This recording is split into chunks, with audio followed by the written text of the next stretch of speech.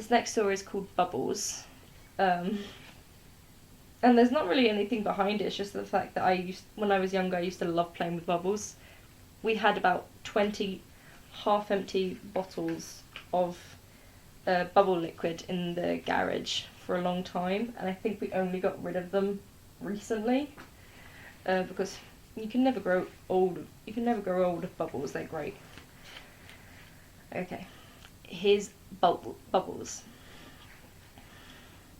She took the biggest breath that she could muster and blew as hard as she could into the little plastic circle before her, and magically bubbles appeared on the other side of the portal. They floated in the air high above her as she tried to reach for them. She tried very carefully not to spill the magical bubble juice out of its container, but predictably some of it ended up on her hands and actually washed away some of the dirt on them. She jumped as high as she could, stretching her arm above her so that she could maybe hold one of the bubbles, or if not, pop it. Popping it, however, is not like killing it.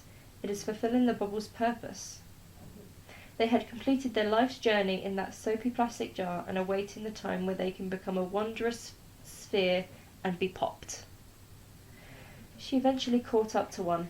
She looked it in the sphere and clapped her hands with the bubble trapped between her meaty paws. The bubble was popped, and she squealed with delight as she tried to pop many more to impress her parents, who were watching her from a distance while she played alone with her bubbles in their garden. She couldn't wait to go back to school next year and see all her friends again. She hated the situation, but loved spending more time with her parents.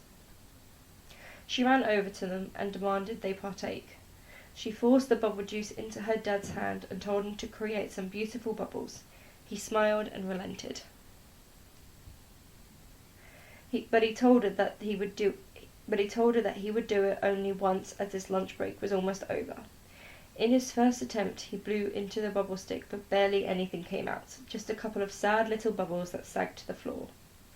She insisted for him to try once more, and he caved again. This time, hundreds of thousands of bubbles floated out the other end of the magical wand that creates them.